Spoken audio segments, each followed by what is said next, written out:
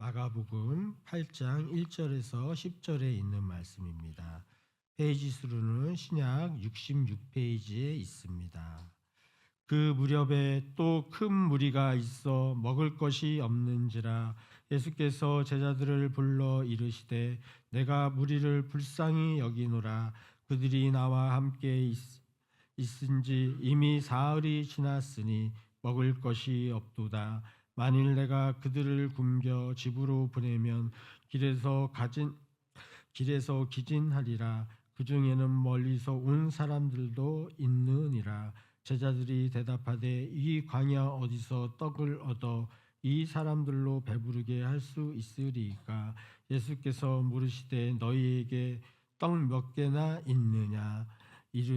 이르되 일곱이로소이다 하거늘 예수께서 무리를 명하여 땅에 앉게 하시고 떡 7개를 가지사 축사하시고 떼어 제자들에게 주어 나누어 주게 하시니 제자들이 무리에게 나누어 주더라. 또 작은 생선 2마리가 있는지라. 이에 축복하시고 명하사 이것도 나누어 주게 하시니 배불리 먹고 남은 조각 7광주리를 거두었으며 사람은 약 4,000명이었더라. 예수께서 그들을 흩어 보내시고 곧 제자들과 함께 배에 오르사 달마 누다 지방으로 가시니라. 아멘. 예수님의 손에서 부족함이 채워집니다라는 제목으로 함께 은혜를 나누고자 합니다. 예수님의 손에서 부족함이 없이 채워지는 줄 믿습니다. 어린 시절에 아버지라는 존재는요, 슈퍼맨과 같이 생각됩니다. 아빠, 뭐 좀 해줘.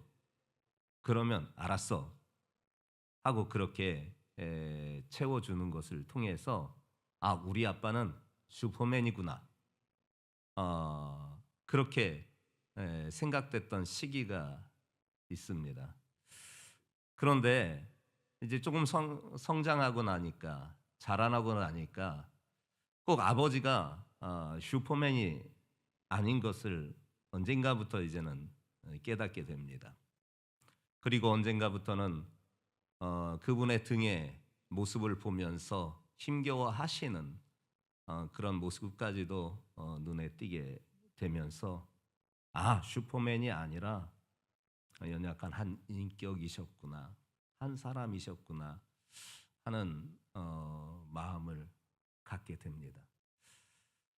영원히 슈퍼맨 같아 보였던 어린 시절의 아버지의 모습은 어느 순간 사라지고 연약한 모습에 그 모습만 눈에 들어올 때 자녀 편에서 그 모습을 볼 때 마음이 찡한 그랬던 시기도 있었던 것이 생각납니다. 그리고 깨닫게 되는 것은 하나님만이 우리의 참된 만족이 되시는구나. 그분만이 부족함이 없이 영원부터 영원까지 채워주시는구나. 그분에게도 그분이 필요했고 나에게도 그분만이 필요하는구나 라는 것을 깨닫게 됩니다. 우리의 삶에 종종 부족함과 결핍을 경험합니다. 누군가는 오늘 장로님이 기도하는 것처럼 물질의 부족함을 경험하기도 하고 또한 건강의 연약함을 또한 경험하기도 하고 또한 감정의 이런 공허함도 느끼게 되고 또한 관계 가운데의 결핍도 또한 능력의 한계도 더불어서 믿음의 연약함도 다양한 삶의 문제 속에서 무력함을 경험하게 됩니다. 그 무력함은 다른 형태로 나타나는데 불안과 두려움으로 찾아오게 되는 것을 보게 됩니다. 이와 같은 순간, 이런 순간 우리는 어떻게 해야 될까요? 성경은 이러한 부족함 속에서도 하나님을 신뢰할 때 참된 평안과 참된 만족이 있다고 우리를 가르쳐 주시고 계십니다. 어느 신앙의 선배가 신앙의 격언을 남겨주시기를, 하나님은 우리의 필요를 아시며 우리의 믿음만큼 채워주신다 라는 말을 후대에 남겨주셨습니다. 많은 사람들이 어려운 상황에서 눈앞의 현실만 바라보면서 염려하잖아요. 그러나 하나님은 우리가 믿음으로 나아갈 때 역사하시는 분이십니다. 그리고 그 믿음만큼 채워주시는 분이신 줄 믿습니다. 우리의 손에 가진 것은 부족할지라도 그것을 그분의 손에 맡기기만 하면 그것은 풍성한 기적으로 이끌어 주시는 줄 믿습니다. 오늘 본문이 그것을 우리에게 소개시켜주고 있습니다. 우리의 부족함이 예수님의 손에서 어떻게 채워지는가, 그 말씀을 우리에게 들려주시고 있습니다. 본문은 소위 칠병이어의 기적을 말해주고 있습니다. 예수님께서 떡 7개와 작은 물고기 2마리로 4,000명을 먹이고 그 남은 음식을 거두었더니 7광줄이나 되는 어마어마한 기적을 행하신 사건을 우리에게 보여주고 있습니다. 이 말씀 속에서 우리가 분명히 깨닫게 되는 것이 3가지 정도 됩니다. 그 첫 번째가 무엇이냐? 인생이 경험하는 부족함과 결핍이라는 것입니다. 1절부터 3절 말씀을 우리가 합독해 보겠습니다. 시작.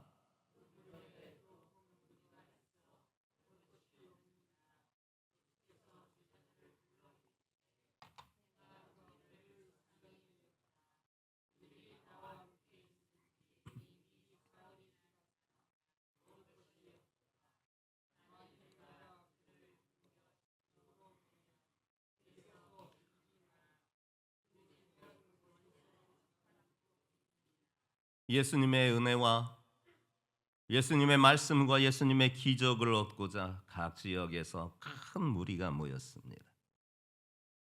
그들은 예수님을 떠나기 싫어서 3일이나 시간이나 지났음에도 불구하고 그분 곁을 떠나지 않았습니다. 3일이란 시간이 지나서 준비해왔던 양식도 다 떨어지게 되었습니다. 그래서 그 양식이 떨어짐과 더불어서 배고픔이 그들에게 찾아오는 것을 보게 됩니다. 무엇이 그들을 이렇게 예수님을 떠나지 못하게 발목을 잡고 있었는가? 예수님의 은혜를 간구하고 예수님의 기적을 바라면서 자기 인생에 맞닥뜨린 그 문제 때문에, 자기 인생에서 마주하고 있는 그 일들 때문에 그 자리를 벗어날 수가 없었던 것입니다. 육신이 배고픔이 찾아올지라도 그분을 떠날 수가 없었던 것입니다. 그 시간이 3일이나 지났습니다. 어느 사람은 멀리에서까지도 찾아왔습니다.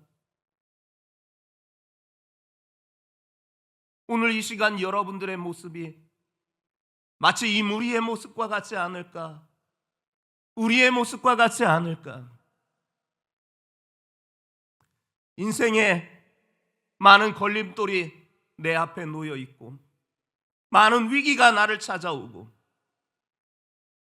나를 옥죄이고 나를 짓누르는 그 인생의 무거운 짐들이 나를 오늘 이 자리를 벗어나게 하지 못하고, 이곳을 떠나게 하지 못하고, 이곳을 찾아올 수밖에 없는 것은, 그리고 이것을 벗어날 수 없는 것은 이들과 동일한 마음의 바람이, 즉 예수님의 은혜를 간구하며 그분이 나에게 베풀어 주신 내 인생의 기적을 간구하는 그 바람으로 오늘 이 현장에 여러분들 있지 않겠습니까? 어떤 인생의 굶주림이 내게 찾아왔는지, 그럼에도 불구하고 발길을 돌려 떠나지 못하고 이곳에 와야만 하는 것.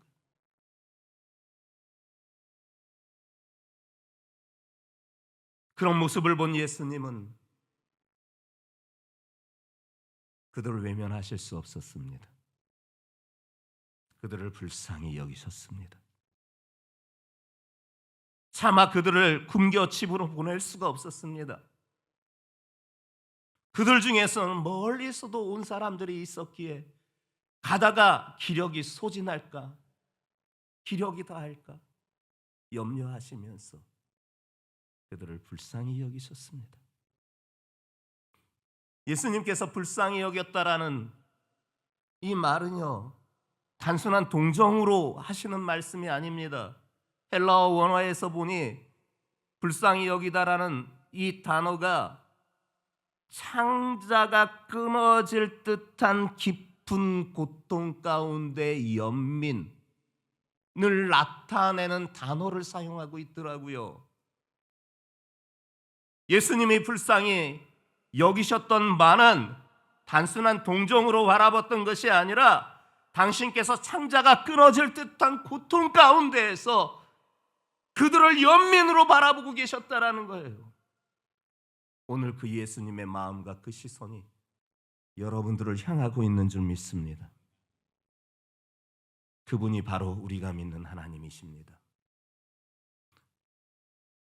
우리의 연약함과 우리의 부족함과 우리의 결핍을 누구보다도 잘 아시는 분이십니다.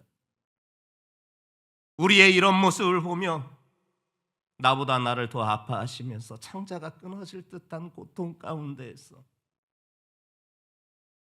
깊은 연민 가운데 우리를 불쌍히 보고 계시는 줄 믿습니다.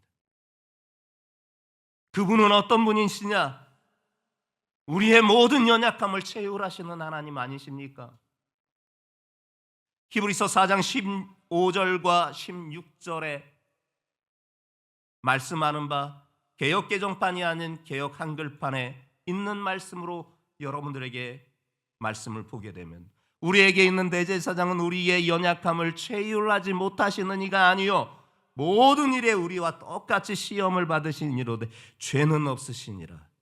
그러므로 우리는 긍휼하심을 받고 때를 따라 돕는 은혜를 얻기 위하여 은혜의 보좌 앞에 담대히 나아갈 것이니라. 채울하시는 하나님이시라는 거예요. 채울이란 사전적 의미를 여러분들이 찾아보시면 금방 알 수가 있습니다. 함께 아파하고 고통스러워 하신다라는 게 채울이란 뜻입니다. 아픔과 슬픔을 공유할 뿐만 아니라 깊은 연민으로 불쌍히 여긴다라는 의미인 것입니다. 상대방의 형편과 처지를 전인격적으로 이해하신다라는 의미가 바로 이 채울이란 단어입니다. 근데 바로 예수님께서 바로 채울의 하나님이 되신다라는 것입니다. 그분이 우리의 모든 아픔을 다 아십니다. 왜냐? 그분도 동일하게 겪으셨기에 내 아픔을 다 아시고 이해하시고 창자가 끊어질 듯한 그 깊은 고통 가운데에서 나에게 깊은 연민의 눈으로 바라보고 계십니다. 예수님 하늘 보좌의 영광과 권세를 다 내려놓고 이 땅에 임하시지 않았습니까? 우리의 고통과 아픔을 다 직접 몸소 겪으시지 않았습니까? 아버지를 일찍 떠나는 아픔도 그분은 겪으셨습니다. 인생의 고단함도 장남으로 30세 전까지는 가족들을 돌봐야 하는, 그래서 인생의 고단함도 그분은 겪으셨습니다. 넉넉하지 못한 집안에서 태어났고 좋은 환경에서 자라지도 아니하여서 늘 허기졌던 그분이셨습니다. 나사로의 죽음 앞에서 슬피 우시기도 하셨습니다. 제자의 배신을 보면서도 자신을 부인하는 그 광경을 직접 보면서도 그 마음이 얼마나 상하셨을까, 그것을 다 겪으셨습니다. 심지어 십자가의 고통, 죽음의 권세까지도 다 겪으신 분이 아니십니까? 우리를 죄에서 살리기 위하여 모든 고통을 그대로 다 받으시고 감내하신 분이 아니십니까? 예수님은 우리를 위하여 대신 생명을 바치기까지 끝까지 우리를 사랑하셨고 우리의 고통을 채울하시는 하나님이신 줄 믿습니다. 성부 하나님과 우리의 중보자는 그래서 그분밖에 없습니다. 내 아픔을 그대로 그분에게 전달해 줄 수 있는 것은 그분이 우리와 똑같은 아픔을 이미 겪으셨기에 얘가 너무 아파합니다. 얘가 너무 고통스러워합니다. 그렇게 아버지 앞에 간구할 수 있는 거 아니겠습니까? 성도들이여, 더 이상 내려갈 것이 없는 곳 같은 곳에 이르신 분이 계십니까? 더 이상 잃을 것 없는 것같이 다 잃은 분이 계십니까? 사는 것보다 죽는 것이 더 낫다라고 외치고 싶은 심정이 가지고 계신 분이 혹 계십니까? 우리의 고통을 다 아시는 예수님, 그 능력과 그 구원과 크기조차 가늠키 어려운 그 사랑의 손길이 오늘 여러분들에게 뻗어 있는 줄 믿습니다. 우리 그 손 붙잡읍시다. 그 내미신 손 뿌리치지 마시고 그 손 꽉 잡는 이 시간 되시기를 예수님의 이름으로 축복합니다. 인생에 광야를 경험합니다. 4절 말씀을 우리가 함께 합독해 보겠습니다. 시작.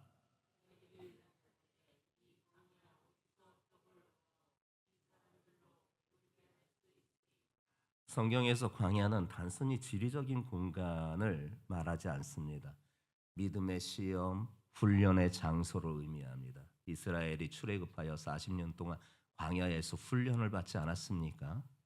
또한 예수님께서 공생애 시작하시기 전에 광야에서 40일 동안 시험을 받으시지 않았습니까? 오늘 본문에서도요, 이렇게 자기에게 인생의 문제 앞에 큰 무리들이 모여 3일이나 지났음에도 불구하고 예수님을 떠나지 못하고 있는 그들이 머물러 있었던 장소도 광야입니다. 이 광야를 통하여서 그 무리들이 삶이 지금 광야 가운데 송두리째 있음을 그대로 보여주고 있는 거예요. 먹을 것이 없는 그런 상황에 처해 있는 그 인생의 부족함과 결핍을 그대로 보여주고 있는 거예요. 이 광야에서 우리는 중요한 영적인 교훈을 얻습니다. 이 광야는요, 한계를 깨닫게 하는 곳입니다. 제자들마저도 그렇게 고백하잖아요. 예수님 앞에 이 광야 어디서 떡을 얻어 이 사람들로 배부르게 할 수 있습니까? 광야에 아무것도 없다라는 거예요. 광야는 사람의 힘으로 아무것도 할 수 없다라는 것입니다. 인간의 한계를 극명하게 드러내는 곳입니다. 물도 없어요. 음식도 없어요. 그늘막도 부족한 곳입니다. 그래서 사람이 살기에는 정말 어려운 환경이 바로 이 광야입니다. 이것을 통하여서 우리에게 말씀하시는가, 인간의 한계를 경험하게 된다라는 거예요. 인간의 한계를 인정하게 된다라는 거예요. 나의 무능함을 인정하게 된다라는 거예요. 그리고 도출하는 결과는 무엇이냐? 그러기에 하나님을 의지해야 한다. 이것이 광야가 주는 영적인 의미인 거예요. 또 하나는 이 광야는 하나님을 만나는 장소예요. 유대인들은요, 예나 지금이나 동일하게 광야하면 하나님을 만나는 장소, 그렇게 여기고 있습니다. 지금의 사람들, 유대인들도요, 하나님을 특별히 만나야 한다라고 여겨지고 있는 그런 시간에 그들은 1인용 텐트 하나 덜렁 매고요, 광야로 간다고 합니다. 허허벌판 아무것도 없는 그곳에 아무 곳에 텐트를 치고 그 안에 들어가서 그 적막함 가운데에서 하나님과의 독대의 시간을 갖는다고 합니다. 지금도 그렇게 한다고 합니다. 하나님을 만나야 하는, 하나님을 꼭 만나야 하는 그런 인생에 어떤 문제가 있을 때, 인생의 그 어떤 상황이 닥쳤을 때 그냥 텐트 하나 짊어 매고 그 광야에 나가서 하나님과의 독대의 시간을 갖는데, 그렇게 하고 있음은 그곳이 하나님을 만나는 장소로 여기기 때문입니다. 또 한 가지 의미가 있습니다.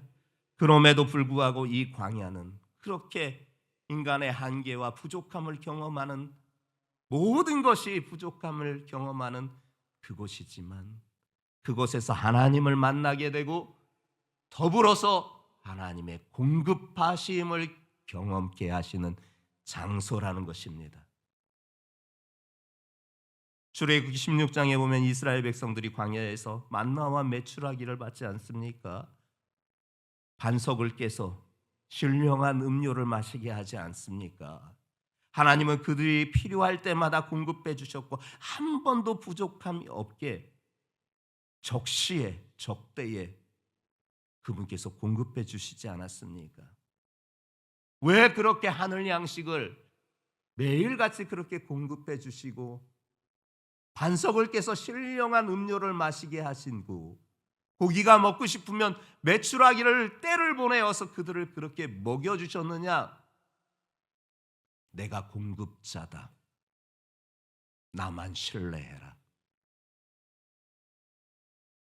나만이 온전한 완전한 공급자다. 그러니 나를 신뢰해라. 이것을 가르치고자 유대인에게는 광야가 필요했고 우리에게도 광야가 필요할지 모릅니다. 사람의 힘으로는 아무것도 할 수 없고 한계를 분명하게 경험하는 그런 인생의 자리. 그러나 그것은 그것으로 끝나는 것이 아니라 우리를 하나님께 이끌어 주는 것이고 하나님을 의지하게 하여 주시는 것이고 그리고 그곳에서 하나님을 만나게 되는 것이고 그곳에서 그분의 공급하심을 받게 되는 줄 믿습니다. 신명기 8장 2절 말씀하는 바 있습니다. 네 하나님 여호와께서 이 40년 동안에 네게 광야의 길을 걷게 하신 것을 기억하라. 이는 너를 낮추시고 너를 시험하사 네 마음이 어떠한지 그 명령을 지키는지 알려 하심이라. 하나님께서 우리 인생의 삶의 광야길을 걷게 하신 것은 우리의 믿음을 시험하실 뿐만 아니라 우리를 더욱 굳건하게 하시기 위한 것이었다라는 거예요. 근데요, 광야로 끝나지 않습니다. 광야를 지나면 약속의 땅이 기다리고 있습니다. 광야를 지나면 약속의 땅이 기다리고 있습니다. 성도들이요, 현재 어떤 광야를 지나고 있습니까? 그 환경을 보지 마시고 그 안에서 나를 이끄시고 의지하게 하시고 만나주시고 공급해 주시는 하나님을 바라보시기 바랍니다. 그러면 어떤 결과가 나오느냐? 예수님의 손에 채워지는 은혜를 경험하게 되는 거예요. 5절부터 마지막 10절까지가 그 말씀을 결론으로 우리에게 들려주십니다. 시작.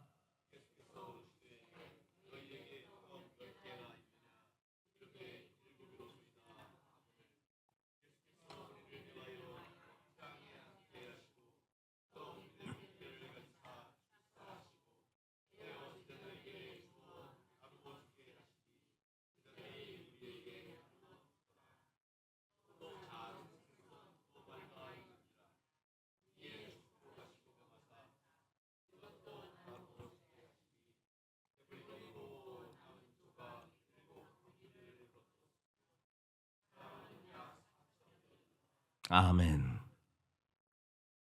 떡 몇 개 있느냐? 7개입니다. 그거밖에 없소? 하시지 아니하십니다. 사람들을 앉혀라. 그리고 그 떡을 가지사 하늘을 우러러 축사하시면서 제자들에게 주어 사람들에게 나눠주게 합니다. 작은 생선 2마리도 있었습니다. 이거밖에 없느냐? 하시지 않습니다. 그것을 받아서 또한 축복하시고 명하서 이것도 나누어 주라고 합니다. 그리고 제자들이 그의 말씀에 사람들에게 나누어 줬는데요.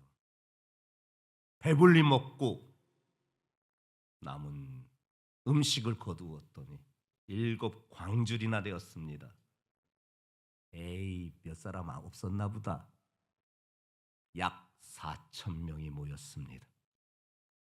기적 중에 기적입니다. 우리의 삶에서 부족함을 경험할 때가 많지만 우리의 가진 것은 별 부족함이 없어 보인, 우리의 손에 있는 것은 부족해 보이지만 그분의 손에 얹어질 때 그분이 채워주시는 역사가 있는 줄 믿습니다. 이 기적이 여러분들에게 체험되는 역사가 나타나기를 예수님의 이름으로 축복합니다. 예수님의 손에 우리의 부족한 것 올려놓으면 그분께서 넘치게 채워주신 줄 믿습니다. 더불어서 그분의 은혜는 모든 사람들에게 위한 것 아니겠습니까? 4,000명이 먹었는데요, 어떤 특별한 사람들에게만 주어진 게 아니에요. 모든 사람에게 주신 것이에요. 특정한 사람들이 아니고 남녀노소 가릴 거 없이 모두가 배불렀어요. 예수님의 은혜는 이런 거예요. 모든 사람을 위한 것이에요. 가난한 자이든 부한 자이든 무능한 자이든 유능한 자이든 배경이 좋은 자이든 그렇지 못한 자이든 흙수저이든 금수저이든 큰 믿음을 가졌든 작은 믿음을 가졌든 등등 예수님의 은혜는 차별이 없는 줄 믿습니다. 그 은혜가 오늘 여러분 모두에게 임하는 줄 믿습니다. 그리고 그분이 마지막 넘치도록 채워주시는 것입니다. 조금씩 먹었나요? 배불리 먹었어요. 4,000명이나 되는 사람이 배불리 먹었어요. 하나님의 공급하심은 이와 같습니다. 충분하고도 넘치도록 주시는 줄 믿습니다. 에베소서 3장 20절에 말씀하고 있습니다. 함께 합독해 보겠습니다. 시작.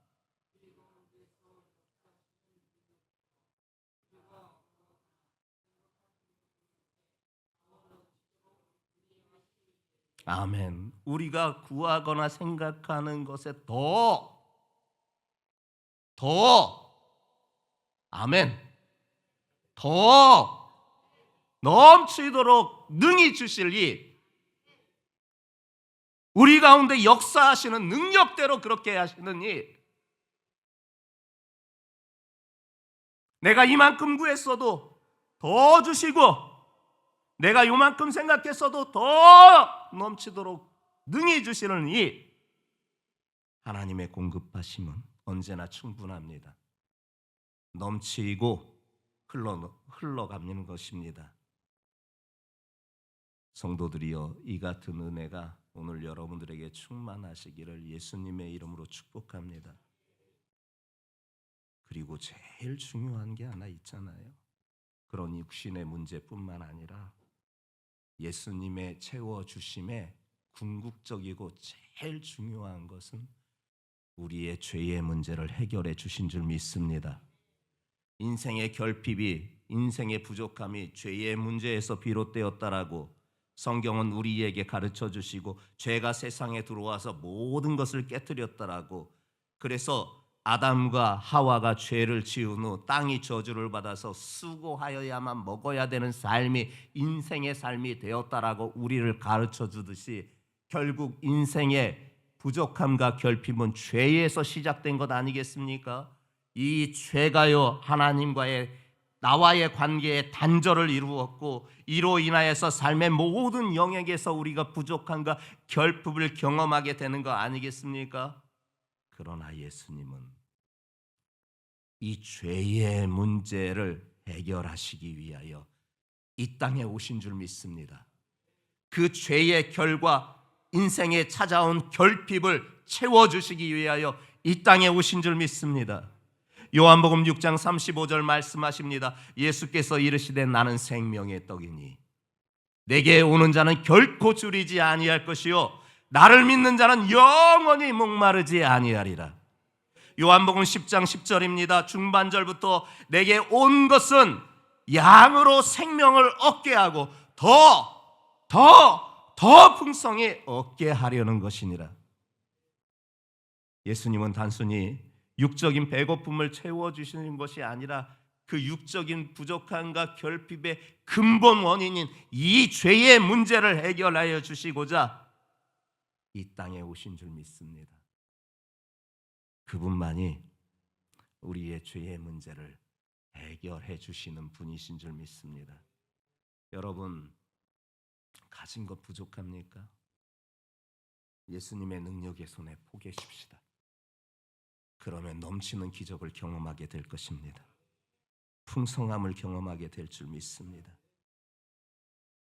예수님은 채워주시는 분 아닙니까? 시편 34편 10절에 말씀하시는 바 젊은 사자는 궁핍하여 줄일지라도 여호와를 찾는 자는 모든 좋은 것에 부족함이 없으리로다.